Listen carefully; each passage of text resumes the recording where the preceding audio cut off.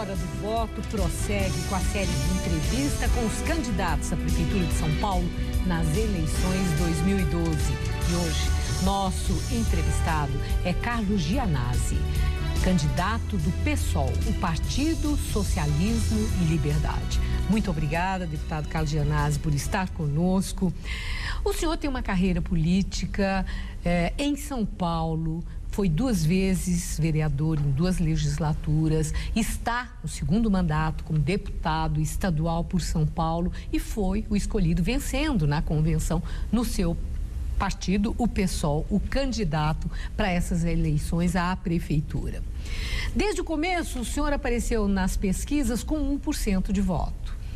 O seu partido conseguiu apenas uma aliança com o PCB. E o senhor tem um pouco menos de 1 minuto no horário da propaganda eleitoral.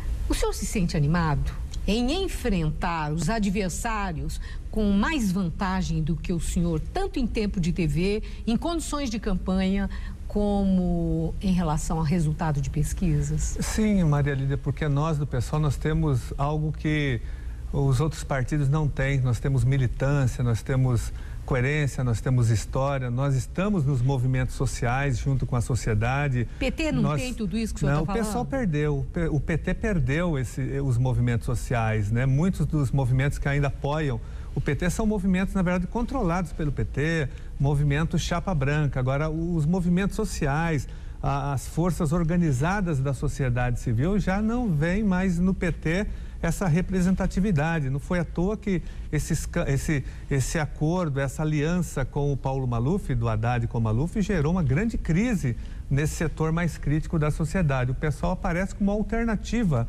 hoje de crítica e uma alternativa de esquerda para a sociedade paulista. Então, nós temos essa vantagem, nós temos criatividade, nós temos as redes sociais e nós estamos nesses movimentos. Nós somos oriundos dos movimentos sociais e das lutas sociais. Então, esse é um diferencial importante nessa campanha eleitoral. E eu observo que não apenas seus adversários parecem subestimar, né, um concorrente com tão pouco tempo de TV, sem alianças de peso, etc., como há quem diga que a sua candidatura é uma candidatura nanica, que o senhor é um candidato nanico. Tanto que eu vi suplementos de jornais em que eles consultaram os outros candidatos. E o senhor, tendo 1%, não foi consultado para dar as respostas sobre São Paulo. A indagação é essa. O senhor se sente ofendido quando o considera um candidato nanico? Eu acho que a imprensa, um setor da imprensa comete um erro. É muito grave, porque o PSOL é o partido mais bem avaliado no Congresso Nacional. Os próprios jornalistas, a própria imprensa, quando tem avaliação anual dos deputados federais, os 3 deputados do PSOL aparecem em primeiro lugar. O Chico Alencar, que é o nosso deputado estadual, o Jean Willis e o Ivan Valente aparecem entre os 5 melhores, sendo que o Chico Alencar, do Rio de Janeiro, aparece como o melhor classificado, o mais ético, o mais atuante. Em segundo lugar vem o Jean Willis. Então, eu acho que o PSOL não é um partido nanico, é um partido pequeno, um partido que está em construção, né? Ele não é um partido nanico. Agora, os outros partidos que são grandes são nanicos do ponto de vista da ética e da moral. Isso nós não somos, porque nós somos coerentes, nós temos ideologia, nós temos o caráter programático que os outros partidos não têm mais, nós não fazemos alianças espúrias como as que estão sendo feitas, como o Haddad fazendo aliança com o Paulo Maluf, o Serra fazendo aliança com o mensaleiro Valdemar Costa Neto, o Chalita sendo apoiado pelo Delfim Neto, um símbolo da ditadura militar, pelo Fleury. É um absurdo isso. Então, o pessoal tem coerência. O país mudou, porque é verdade, o senhor está chamando a atenção para essas alianças que passam uma ideia de incoerência. Entretanto, já há algum tempo que isso vem acontecendo. E eu entendo que até quando Fernando Henrique Cardoso se aliou ao PFL, foi aquele espanto. Exatamente. Naquele momento causou, vamos dizer, espécie. Mas depois disso, as alianças foram assim mesmo. Marta Suplicy, do PT, esteve aliada a Paulo Maluf, a quem ela já havia chamado de nefasto.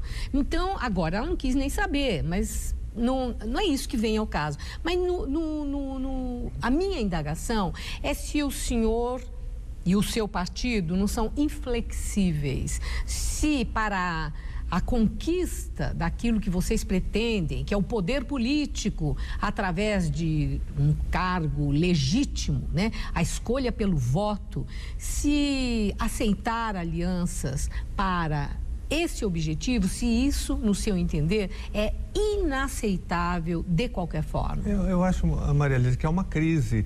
Há um esgotamento desse modelo partidário, desse modelo político que existe hoje no Brasil. A população já se cansou disso.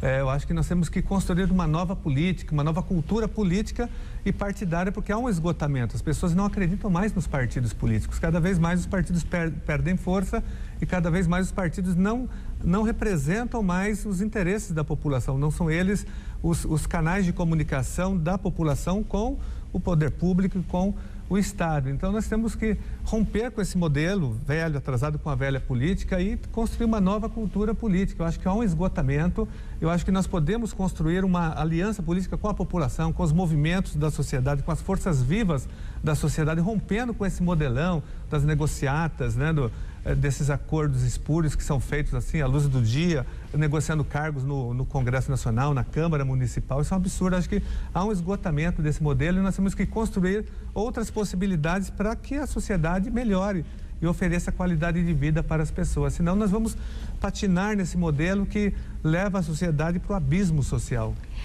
O PSOL e o senhor mesmo já declarou que vocês não aceitam doação para a campanha de empreiteiras, de empresários, de bancos. Entretanto, as campanhas estão cada vez mais caras, mais refinadas. O marketing político é um trabalho que não é barato. Da onde vai sair o dinheiro para o pessoal poder enfrentar o marketing político dos adversários numa condição mais igualitária? O pessoal não tem produtora, não tem marqueteiro, o pessoal não faz um tipo de campanha muito diferenciado. Nós vamos utilizar as redes sociais, nós vamos sair às ruas, como nós saímos já apresentando as nossas candidaturas.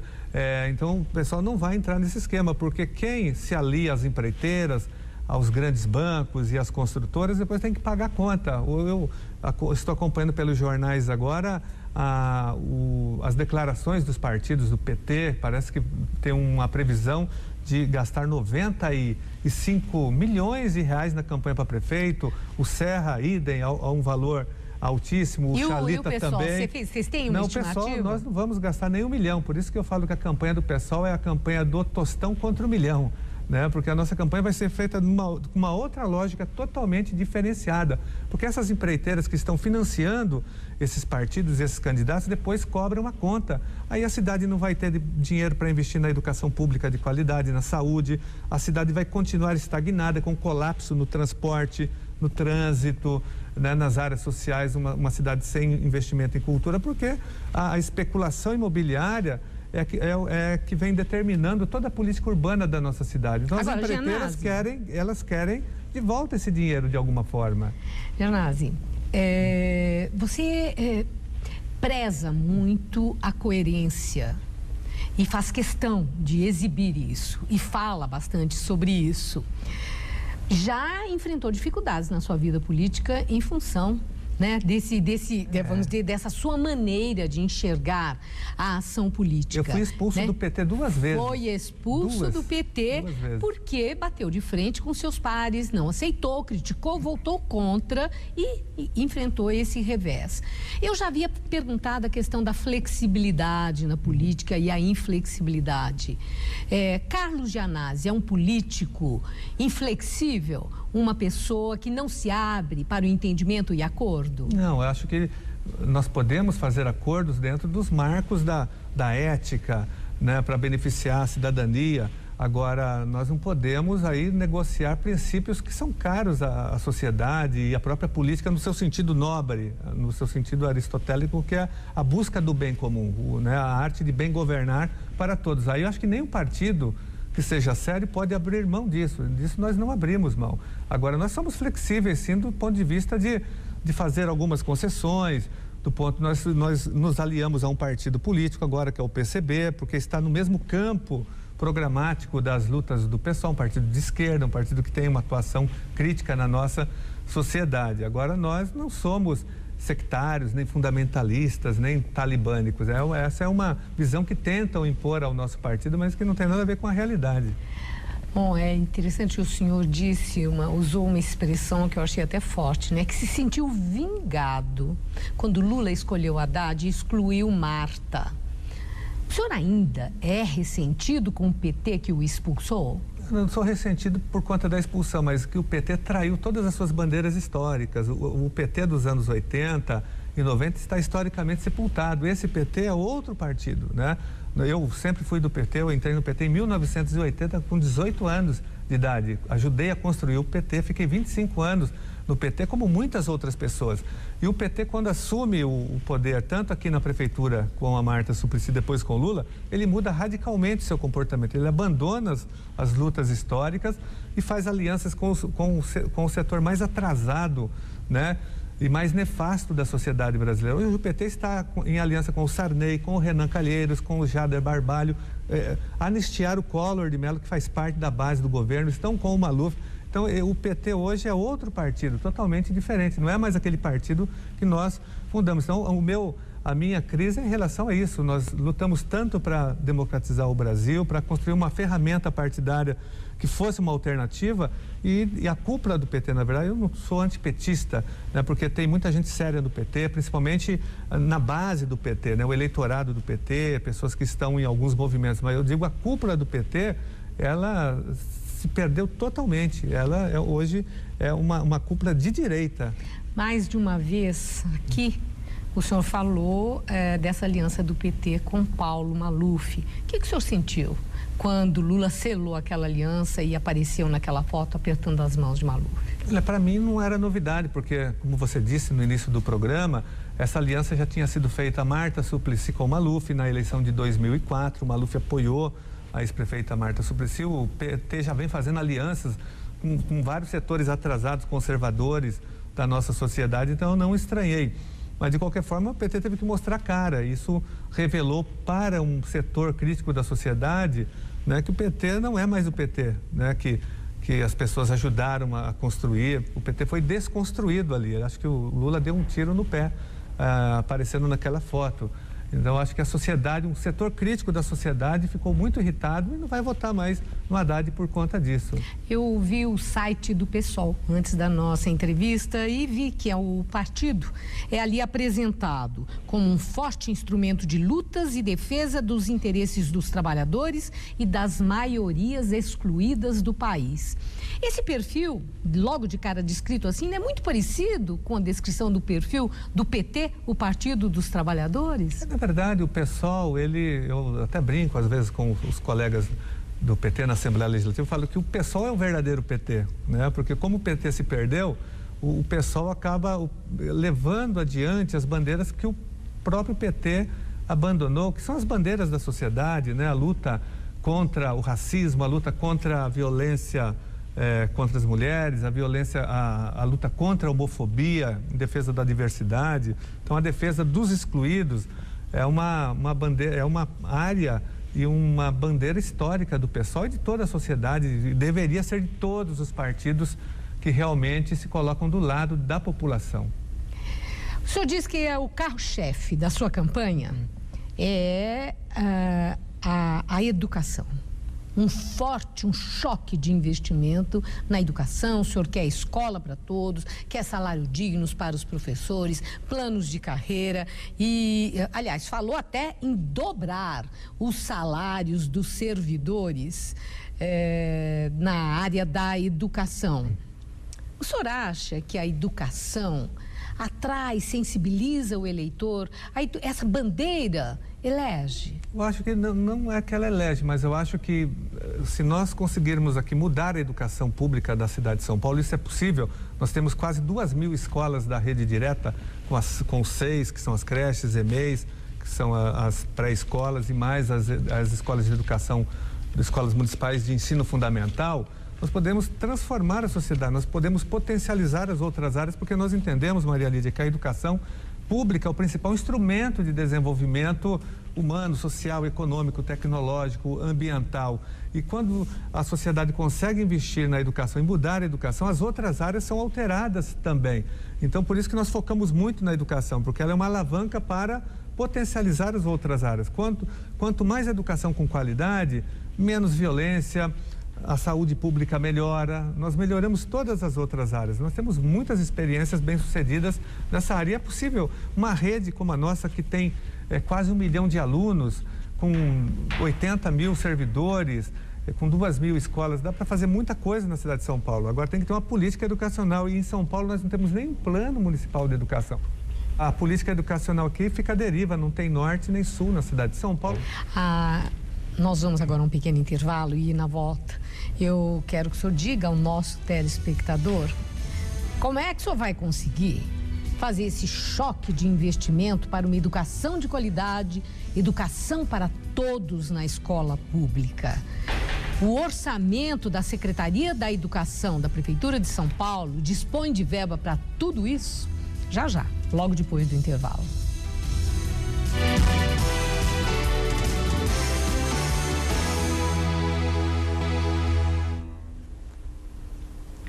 E voltamos com Carlos Gianazzi, candidato à Prefeitura de São Paulo pelo PSOL. Gianazzi, nós falávamos sobre a educação, que é a bandeira da sua campanha, e o seu projeto é bem ambicioso. Escola de qualidade para todos na escola pública, vai dobrar salários dos servidores da educação, não vai ter superlotação nas salas de aula.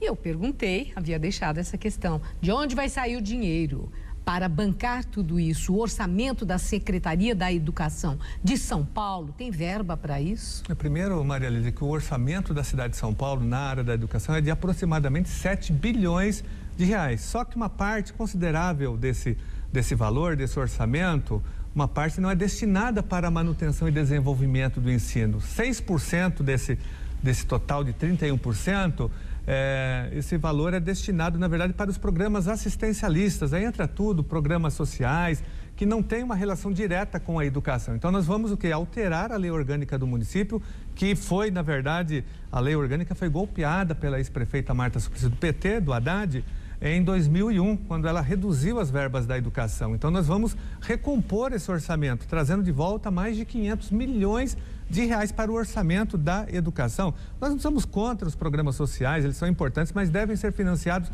não com o dinheiro da educação, mas com o dinheiro da assistência social, da cultura, das outras secretarias. É inconcebível que a educação, que já tem poucos recursos, tenha que também financiar as outras áreas.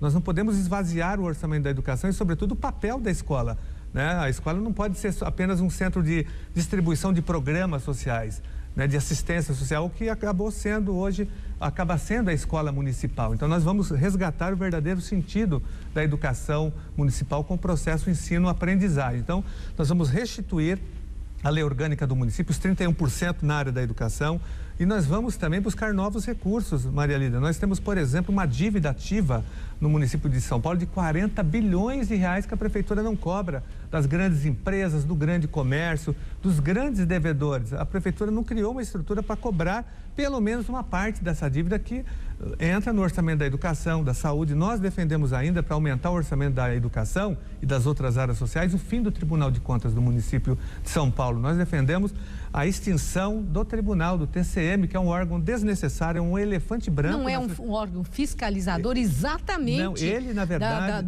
das contas do prefeito, do executivo? Ele é um órgão, na verdade, auxiliar da Câmara Municipal de São Paulo, que é uma herança terrível do regime militar.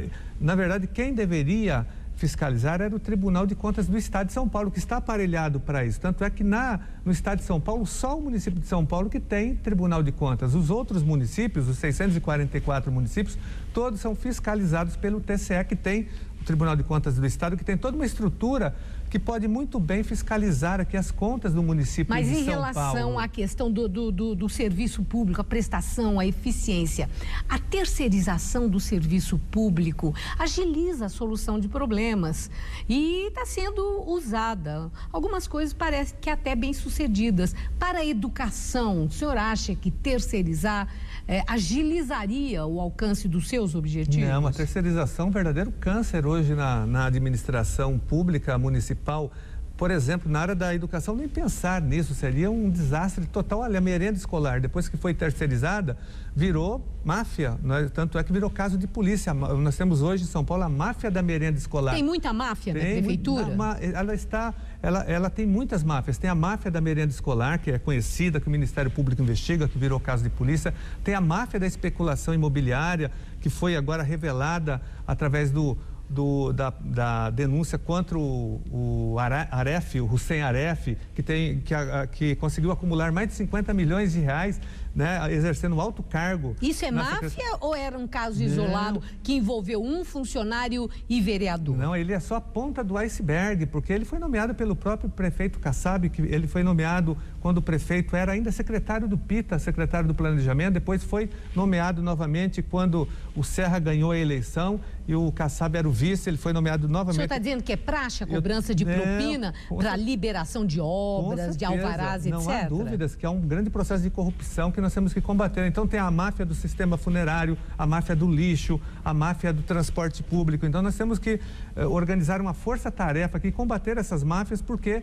o dinheiro da corrupção dessas máfias é dinheiro do orçamento, é dinheiro dos nossos impostos, que faz falta para a educação, para dar o aumento, o reajuste dos professores. Essas máfias sempre existiram, mesmo nas administrações do PT lá atrás? Sempre existiram? Eu acho que elas perderam muita força no primeiro governo da Erundina, do PT na Erundina, eles perderam, não tinham espaço, né? Mas depois elas, nas gestões seguintes, do PITA, do Maluf, e mesmo na gestão da ex-prefeita Marta Suplicy, continuando com o Serra, com o Kassab, elas ganharam muita força, inclusive. Então nós temos que... E o Ministério Público? O Ministério Público não investiga. Dá a mínima? Não, ele investiga, mas ele tem que ter as provas. É difícil provar, é difícil, né, apresentar provas concretas nesse sentido. Então, o Ministério Público faz um trabalho importante aqui na cidade de São Paulo. Ele investiga, há um processo de investigação de várias secretarias. Eu, quando fui vereador, eu fui presidente da CPI da Educação. O senhor já formalizou denúncia dessas máfias? Já, muitas denúncias. Quando eu fui vereador na cidade de São Paulo, eu denunciei o desvio de mais de R$1 bilhão do orçamento da educação. Eu acionei o Ministério Público, eu pedi a cassação dos direitos políticos do ex-prefeito Paulo Maluf, do ex-prefeito Pita e de 6 secretários, 2 de Finanças e 4 de Educação. Agora, o processo está lá até hoje. É demorado o processo, a justiça é lenta, mas nós acionamos e denunciamos constantemente, nós acionamos os órgãos todos, a justiça, o próprio Ministério Público. Agora, a sociedade tem que pressionar também, tem que ter um amplo movimento contra a corrupção aqui na Prefeitura de São Paulo. Mas falando do dinheiro, a extinção por que nós pedimos a extinção do Tribunal de Contas do município de São Paulo? Porque é um órgão que consome 234 milhões de reais por ano do nosso orçamento. Com esse dinheiro daria para construir 150 creches por ano na cidade de São Paulo. É um absurdo e não há necessidade, porque, como eu disse, o Tribunal de Contas do Estado pode fiscalizar, está pronto para fiscalizar as contas da Prefeitura de São Paulo. Agora, assim, no seu espírito crítico, e o senhor é duro na crítica, os seus adversários estão sendo bem atingidos. O senhor critica a administração Serra, a administração Haddad na educação, a administração Kassab. Eles não acertaram nada? Não, acho que não acertaram do ponto de vista da política mais geral. Acho que pontualmente tem alguma coisa interessante, uma aqui, outra ali, mas... Mas se é arma de campanha o falar mal? Não. Ou quando o senhor fala assim, o senhor é uma análise muito pensada, independente de seu candidato? Não, eu, por exemplo, eu elogio a lei, por exemplo, que proíbe o cigarro em lugares fechados. Eu, como deputado, votei a favor. A lei era... Do governador Serra. Eu achei uma lei importante, fiz a defesa da lei e defendi, porque eu acho uma lei que representa uma lei em defesa da saúde pública. Então, não é assim, nós não somos também fundamentalistas, né?